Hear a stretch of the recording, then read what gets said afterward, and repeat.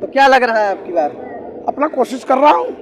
फैसला तो ऊपर वाले के और नीचे वाले हमारे जो आदरणीय बुजुर्ग हैं, माँ बहनें हैं, नौजवान साथी, उनके हाथ में है। अपना काम मैं कर रहा हूँ। अच्छा, अगर जीत कर आप आते, जो डुमरियागंज की जनता है, अगर आप जीत सर पे बधेगा आपके, तो सबसे पहला काम कौन सा करेंगे आप? देखिए, समस्याएं तो बहुत हैं, सीमित हैं। पहला बताइए, पहला काम हमारे जिले का सबसे बड़ा जो नाम खराब हो रहा है कि यहाँ इस जिले के लोगों ने हमेशा सत्ता का साथ दिया है उम्मीद पर, लेकिन सत्ता ने अभी तक, सत्ता के नेतृत्व करने वाले नेताओं ने अपने भाषण में बार बार कहा है कि ये हमारा अभी पिछड़ा जिला है, ये एक्सप्रेशनल डिस्ट्रिक्ट है, आकांक्षा जिला है। आप तो मीडिया से हैं, जब कोई नेता आता है सत्ता का, जो चाहे जिले का हो चाहे प्रदेश का हो, वो बार बार मेरे जिले को पिछड़ा जिला गिनती करता है। तो मैं समझता हूँ कि आज के दौर में जिस धरती पर हम हैं, ये सिद्धार्थ नगर, जो तथागत भगवान बुद्ध के बचपन के नाम पर इस जिले का नाम हुआ है, ये देश नहीं पूरी दुनिया में जिस देश का और कपिलवस्तु का वर्ल्ड के पटल पर नाम हो, वो जिला पिछड़ा है। तो सत्ता वालों से आप पूछो ना कि भैया ये पिछड़ा काहे है, जो वर्ल्ड के पटल पर जिस कपिलवस्तु का सिद्धार्थ नगर का नाम है, तो वो पिछड़ा क्यों है? पिछड़ा इसलिए है कि यहाँ शिक्षा का अभाव, चिकित्सा का अभाव है, रोजगार का अभाव है। यहाँ के हमारे किसान बंधु जो हैं, जो किसान हैं, वो उनको शुद्ध लाभ नहीं मिल रहा है, उनकी कोई व्यवस्था नहीं है।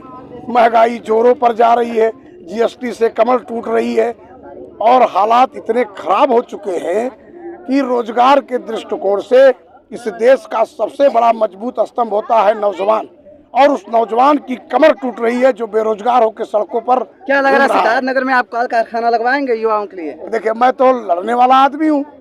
मैं 5 साल इस सत्ता में 17 से 22 था, और सोहरतगढ़ में जो हमने साल भर कोरोना काल के इस महामारी के बावजूद भी जितना डेवलपमेंट किया, विकास किया है, वो बिजली के क्षेत्र में, बाढ़ के क्षेत्र में, गांव के सड़कों के क्षेत्र में, चौड़ीकरण, शुद्धिकरण और शिक्षा के क्षेत्र में हमने भरसक कोशिश किया है। आपको नज़ीर के तौर पर बता दें कि सोहरतगढ़ में ढिबरुआ में आप जाएंगे तो वहाँ MSDP से हमने डिग्री कॉलेज का सैंक्शन करवाया था, जो ढेकारी बुजुर्ग में है। 1,32,000 यहाँ पावर हाउस, चूँकि सब ओवरलोडिंग थे, जो 33/11 के थे, हमने 1,32,000 सैंक्शन कराया था, वो भी अधूरा पड़ा है। हमने मंडी परिषद यहाँ किसानों के हितों को देख करके उसकी बाउंड्री होकर के खड़ी पड़ी है। भारत नेपाल के सीमा पर स्थित है मेरा विधानसभा ये जिला, और हमने कोशिश करके लास्ट में चुनाव के 2 महीना पहले 4 गेट, स्वागत गेट 1,14,14,00,000 के बढ़नी में, कोटिया में, खुनुआ में, अलीगढ़वा, कपिलवस्तु में, तथागत की नगरी में सैंक्शन कराया। वो अभी सिर्फ नीचे पाइलिंग होकर के रह गया है। तो अच्छा, जिस जगह आप खड़े हुए हैं, ये बाढ़ क्षेत्र लगता है, और बाढ़ क्षेत्र के लिए आप क्या करेंगे? और इस समय आग बहुत तेजी से गांव-गांव में लगा हुआ है, उसमें कई घर जल गए, उसके लिए आप क्या करेंगे? यही कहूँगा कि जिनको नेतृत्व दिया था यहाँ को लोगों ने, उनको बढ़ चढ़ करके सरकार से अपने पीड़ित लोगों का मदद कराएं, ज़्यादा से ज़्यादा मदद कराएं।